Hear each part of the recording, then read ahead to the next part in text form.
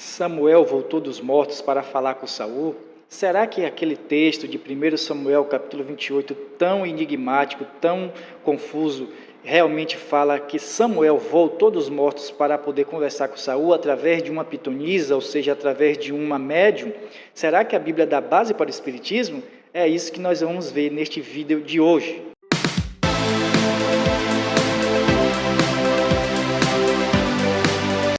Graça e paz, bereanos, estamos de volta para mais um vídeo aqui no canal. Se você é novo por aqui, inscreva-se e ative o sino das notificações para todo o conteúdo que eu postar aqui, o YouTube possa te avisar e assim você não perder nenhuma atualização aqui no canal. Hoje nós iremos tratar sobre o primeiro livro de Samuel, capítulo 28, aquele texto tão enigmático que parece dar base para o Espiritismo. Parece que Samuel voltou dos mortos para poder falar com um rei rejeitado por Deus por nome de Saul.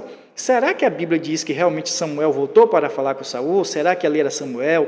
Será que ali era uma entidade maligna? Será que aquilo ali não fazia parte de um engano? Ou será que de fato Samuel voltou dos mortos para falar com Saul? A grande confusão se dá porque os textos parecem deixar claro que Samuel voltou para falar com Saul. Acompanhe os textos, 1 Samuel capítulo 28, a partir do versículo de número 14. E lhe disse, como é a sua figura?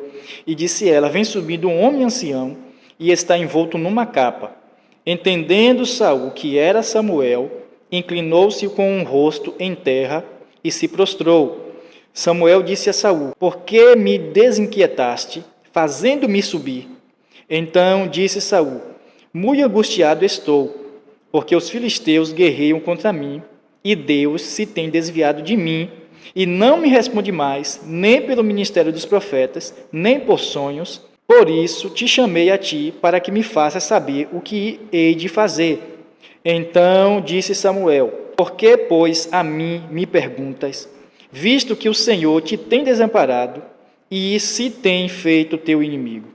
Estes textos aqui parece que o próprio Samuel está conversando com Saul, e disse Samuel a Saul, e disse Samuel a Saul. Então, quando a pessoa faz uma leitura rápida aqui e chega nestes textos, parece que a própria Bíblia está dando a entender que Samuel voltou dos mortos e ele estava incomodado por Saul ter convocado ele a voltar dos mortos para poder falar algo para ele, sendo que o próprio Deus havia lhe rejeitado. Então, aqui está o grande problema, aqui está o X da questão. Estes textos dizem que Samuel conversava com Saul, mas nós entendemos pela palavra de Deus, o fato de consultar os mortos, a mediunidade, é um pecado condenado pela Bíblia, e dentro de Israel isto podia significar morte. O próprio rei Saul já tinha desterrado os adivinhos da terra de Israel, segundo está escrito no versículo de número 3. E já Samuel era morto, e todo Israel o tinha chorado, e o tinha sepultado em Ramá, que era a sua cidade. E Saul tinha desterrado os adivinhos e os encantadores. Então nós percebemos por este texto que o próprio Saul ele já tinha expulsado da nação de Israel os adivinhos e os encantadores.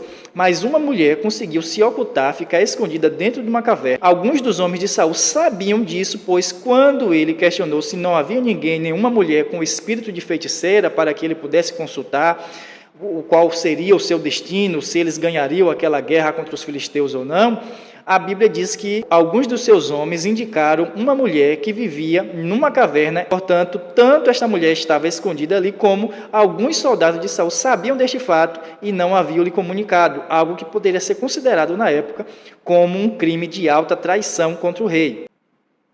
Versículo de número 5 diz que Saul, vendo o arraial dos filisteus, ele temeu e estremeceu muito o seu coração. E ele perguntou ao Senhor, que não lhe respondeu no verso 6, nem por sonhos, nem pelo Urim e nem por profetas, ou seja, nem por sonhos, nem pelo sacerdote e nem por profetas. Então disse Saul aos seus criados, buscai-me uma mulher que tenha o espírito de feiticeira, para que vá a ela e a consulte. E os seus criados lhe disseram, eis que em Endor há uma mulher que tem o espírito de adivinhar. Então aqui nós percebemos que o objetivo de Saul era consultar através de uma feiticeira, visto que Deus não estava lhe respondendo nem por sonhos, nem através do ministério do sacerdotal, através do Urim, e nem através de profetas. E como Deus não estava lhe respondendo, Deus estava em silêncio para com ele, ele resolveu consultar uma feiticeira, algo que ele mesmo repudiava no início do seu reinado e ele já tinha desterrado de dentro da nação de Israel.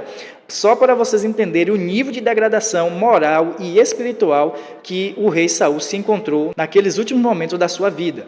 Quando o rei Saul desobedeceu a ordem dada por Deus através do profeta Samuel de acabar, de exterminar com todos os amalequitas, e Samuel disse que o pecado da rebelião era como o pecado de feitiçaria, ninguém imaginaria como Saul se tornaria um feiticeiro no final de sua vida, ou seja, aquilo que aconteceu lá no primeiro livro de Samuel, no capítulo 28, dele buscar uma feiticeira, algo que ele mesmo recriminava, foi algo que começou desde o seu pecado, desde do início, lá quando ele desobedeceu a ordem divina, ele começou a explorar dentro dele algo que nem ele mesmo imaginava que ele seria capaz de fazer, que era o pecado da feitiçaria. Portanto, quando Deus nos dá uma ordem, por mais difícil que ela seja de ser executada, nós devemos executar, porque Deus conhece o passado, o presente e o futuro de toda a história. Agora nós precisamos chegar à conclusão se de fato Samuel voltou dos mortos, sendo pecado ou não consultar feiticeiros, consultar médiuns, se Samuel voltou ou não por alguma permissão divina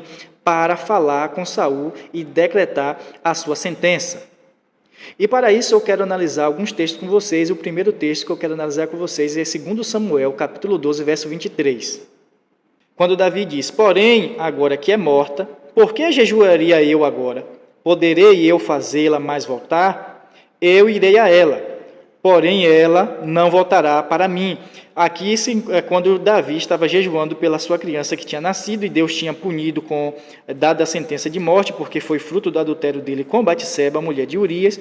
E quando ele recebeu a notícia, a Bíblia diz que ele buscou jejuar 7 dias pela criança, e quando ele descobriu que a criança estava morta, ele deixou de jejuar, porque ele entendia que ela tinha descido ao Sheol e ele não conseguiria mais fazê-la voltar, mas ele, com certeza, desceria até ela.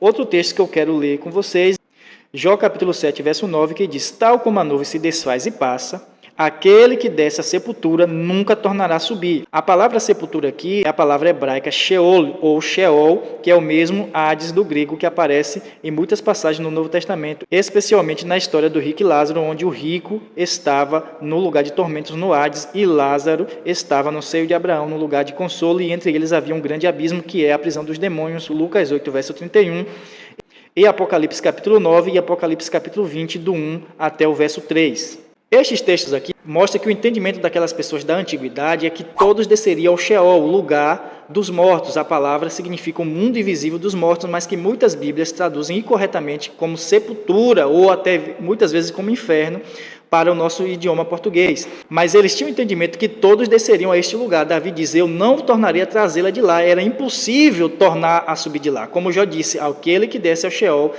nunca tornará a subir, ou seja, era impossível que com seu próprio poder ou com algum outro poder que não fosse acerca do poder de Cristo, que é a ressurreição e a vida, ninguém jamais poderia sair de dentro do Sheol. E é esta resposta que Abraão dá àquele homem que era rico quando ele clama por misericórdia, pedindo que Abraão ordenasse a Lázaro que molhasse a ponta do seu dedo na água e refrescasse a sua língua, ou que ele voltasse para pregar aos seus 5 irmãos para que eles não fossem para aquele mesmo lugar. A resposta de Abraão é: ainda que um dos mortos ressuscite, os teus irmãos não acreditarão, pois eles não acreditam na lei e nem nos profetas.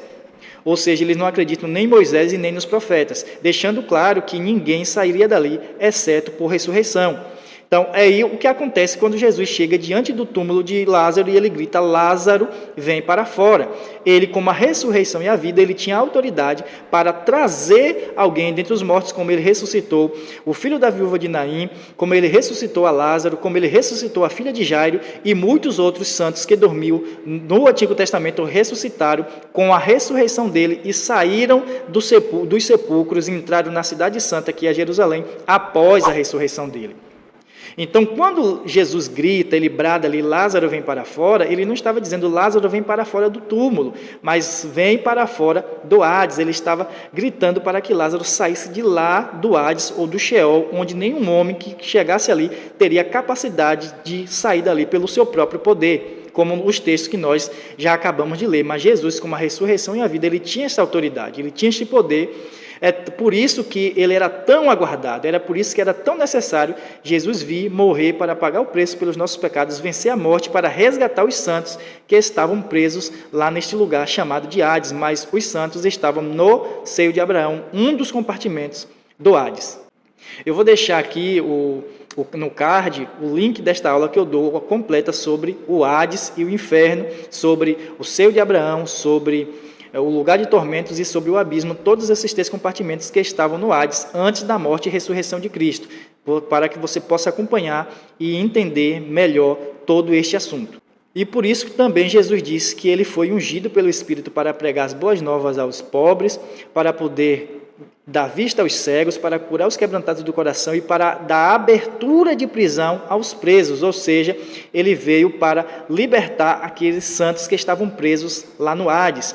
E aí cumpre-se também um texto que diz que a região da sombra da morte, que habitava em trevas, viu uma grande luz, ou seja, profeticamente apontando para o Hades, quando Jesus desceu lá. E por isso que Jesus era tão clamado, ele era tão pedido, inclusive por Jó.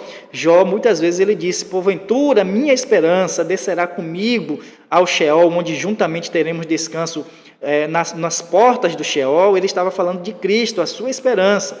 E por isso ele também disse que ele tinha certeza que o seu Redentor vivia e que por fim se levantaria sobre a terra para que pudesse, para que ainda que ele fosse, mesmo que ele fosse morto, ele pudesse ser restaurado e ele pudesse ver a Deus, ou seja, ele estava clamando por Cristo para que Cristo pudesse libertá-lo de lá do Hades ou do Sheol, onde ele sabia que ele iria após a sua morte, e ninguém tinha este poder de sair de lá, nem mesmo os demônios poderiam tirar ninguém de lá, só Cristo, que foi ungido por Deus para tal coisa. E em Isaías capítulo 8, versículo de número 19, o profeta disse: quando vos disserem, consultai os que têm espíritos familiares, e os adivinhos chilreiam e murmuram entre dentes, não recorrerá um povo ao seu Deus? A favor dos vivos interrogar-se-ão os mortos?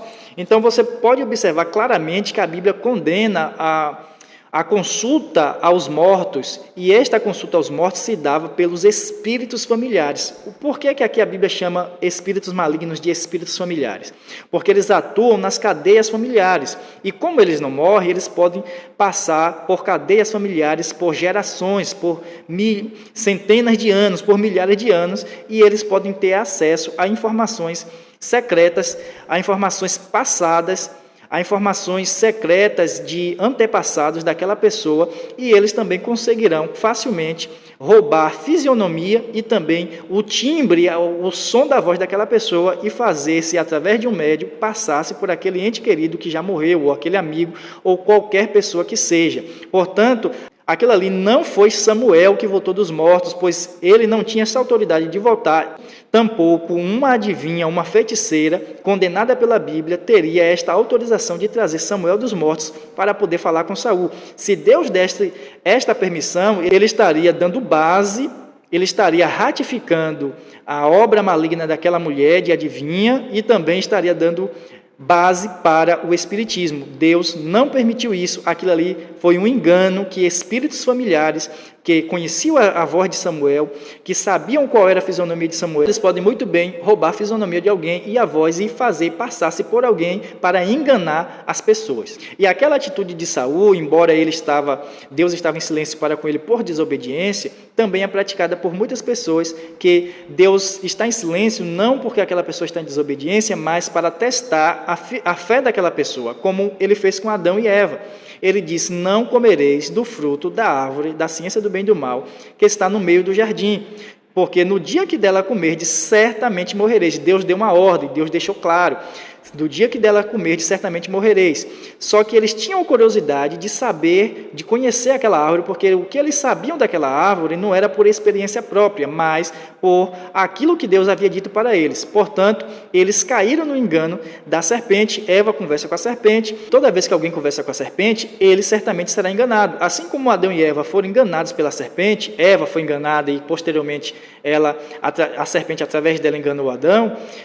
o que a serpente diz aqui, no dia que dela comerdes, não morrereis. A morte veio, não a morte física, mas a morte espiritual, que foi a separação entre eles e Deus. Prova disso que quando Deus chegou no jardim, eles se esconderam porque eles estavam separados de Deus. E a pergunta que Deus faz é uma pergunta retórica: Adão, onde estás? Querendo dizer, por que você não está mais conectado comigo? Mesma forma que a serpente enganou Adão e Eva, ela enganou a Saul e enganam muitas pessoas que estão vivendo na idolatria, consultando espíritos familiares, interrogando aos mortos a favor dos vivos e também buscando em feitiçaria, astrologia, descobrir aquilo que Deus não quer que elas saibam naquele exato momento.